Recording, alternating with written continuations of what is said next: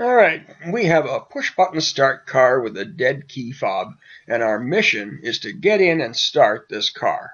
It's important to remember that every push-button start vehicle has an option to get in and start it if the fob dies. First we'll get in, and on the screen is our first target.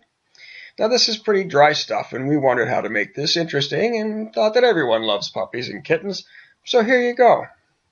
Well, we'll need to start with the emergency key, which you see here separated from the fob, but we'll repeat that outside in the cold, as will likely be the case for you. Back to our target. This car has a hidden keyhole, as do cars from a dozen manufacturers. If you can see your keyhole, you'll get to skip this step. But here we'll need the slot that you can see under a cover at the rear of the driver's door handle. Fortunately, each car with a hidden keyhole has this same slot. We will use this slot and the emergency key to remove the cover, which is totally boring. Alright, so now outside and in the cold, gloves on, and we'll slide the lever at the top of the emergency key and pull the key at the same time.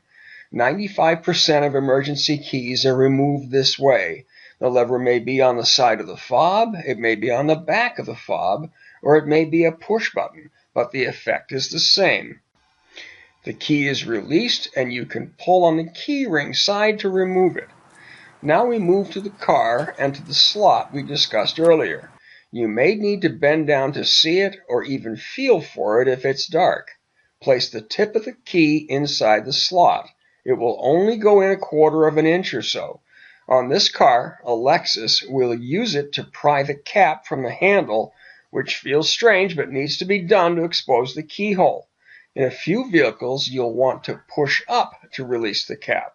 On a Volkswagen or Audi, once it's loose, you'll need to pull the handle out to release the cap. On a Ford or Lincoln, you'll want to slide the cap backwards to remove it. Here it has popped off quite easily, and we can slip the emergency key now into the visible keyhole.